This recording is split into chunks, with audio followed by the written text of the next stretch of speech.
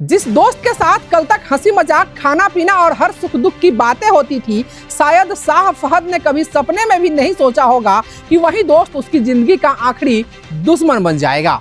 एक माँ का जवान बेटा, एक पिता की उम्मीद और परिवार की खुशियां कुछ ही मिनटों में खून से लथपथ सड़क पर बिखर गई। आधी रात को शुरू हुआ विवाद इतना खूनी हो जाएगा, इसका अंदाजा किसी को नहीं था। लेकिन जब चाकू के वार थमे, तब तक 21 साल का शाह फहद जिंदगी की जंग हार चुका था। आखिर दोस्ती के इस रिश्ते में ऐसी कौन सी दरार पड़ी कि एक दोस्त ने दूसरे दोस्त की जान ले ली। मोतिहारी के मधुबन से आई इस दिल दहला देने वाली वारदात की पूरी कहानी हम आपको डिटेल्स में बताएंगे। लेकिन इससे पहले आप इस न्यूज को कहां से देख रहे हैं, अपने गांव या शहर का नाम कमेंट करके बताइए। पूर्वी चंपारण के मधुबन थाना क्षेत्र के गुलाब खा गांव में आपसी रंजिश के चलते एक दोस्त ने दूसरे दोस्त को चाकू मारकर हत्या कर दी। मृतक की पहचान 21 वर्षीय शाह फहद खा के रूप में हुई है, जो उसी गांव के पप्पू खा का बेटा था। पुलिस ने घटना की सूचना मिलते ही मौके पर पहुंचकर शव को कब्जे में लेकर पोस्टमार्टम के लिए भेज दिया है। जानकारी के अनुसार मृतक फहद और आरोपी युवक फरहान पिछले कुछ दिनों से साथ में थे। बताया जा रहा है कि घटना से एक दिन पहले भी दोनों ने अपने कुछ साथियों के साथ पार्टी की थी, जहां किसी बात पर कहासुनी हुई थी। लेकिन उस समय मामला शांत हो गया और सभी अपने अपने घर लौट गए। देर रात करीब 12 बजे दोनों युवक फिर से घर के बाहर निकले और उनमें विवाद शुरू हो गया। देखते ही देखते विवाद इतना बढ़ गया कि आरोपी फरहान ने चाकू निकालकर शाह फहद पर ताबड़तोड़ हमला कर दिया।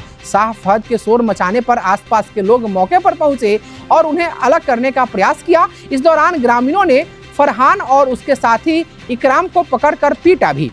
बताया जा रहा है कि घायल शाह फहद को तुरंत अस्पताल ले जाया जा रहा था, लेकिन रास्ते में ही उसकी मौत हो गई। इस बीच मुख्य आरोपी फरहान मौके का फायदा उठाकर फरार हो गया। मृतक के परिजनों ने आरोप लगाया कि आरोपी और उसके परिवार के बीच लंबे समय से जमीन को लेकर विवाद चल रहा था, जिसके कारण इस घटना को अंजाम दिया गया हो सकता है। पकरीदयाल एसडीपीओ कुमार चंदन ने घटनास्थल का दौरा कर मामले की जांच शुरू कर दी है। पुलिस ने एक संदिग्ध को हिरासत में लिया है और उससे पूछताछ कर रही है। घटना में इस्तेमाल किया गया चाकू भी बरामद कर लिया गया है। पुलिस के अनुसार मुख्य आरोपी की गिरफ्तारी के लिए छापेमारी जारी है और उसे जल्द ही पकड़ लिया जाएगा। क्या आपकी खेत की मिट्टी धीरे धीरे अपनी उर्वरता खो रही है? क्या बढ़ती लागत और घटती पैदावार किसानों के लिए चिंता का कारण बन रही है?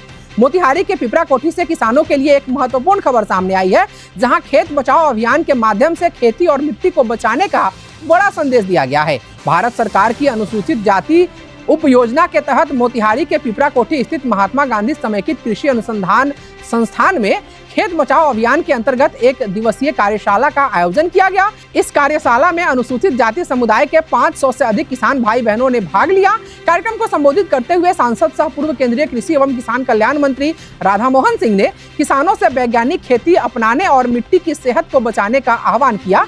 राधा मोहन सिंह ने कहा कि अनुसूचित जाति समुदाय के सामाजिक और आर्थिक उत्थान के लिए अनुसूचित जाति उप योजना को प्रभावी ढंग से चलाया जा रहा है। उन्होंने बताया कि यह संस्थान एकीकृत कृषि प्रणाली पर काम करता है, जहां खेती, पशुपालन और मछली पालन को एक साथ जोड़कर किसानों की आय बढ़ाने के लिए प्रयास किए जाते हैं। इससे किसान एक ही जमीन से अधिक उत्पादन और बेहतर आमदनी प्राप्त कर सकते हैं। उन्होंने कहा कि खेत बचाओ अभियान केवल एक कार्यक्रम नहीं, बल्कि हमारी मिट्टी, पर्यावरण और आने वाली पीढ़ियों के भविष्य को सुरक्षित करने का जन आंदोलन है। उन्होंने किसानों को समझाया कि खेत की उर्वरता केवल रासायनिक उर्वरकों से नहीं बढ़ती, बल्कि मिट्टी में मौजूद जैविक कार्बन, सूक्ष्म जीवों और पोषक तत्वों के संतुलन से बनी रहती है। इसलिए गोबर की खाद, वर्मी कंपोस्ट, हरी खाद, जैव उर्वरकों और फसल अवशेष प्रबंधन को बढ़ावा देना समय की आवश्यकता है।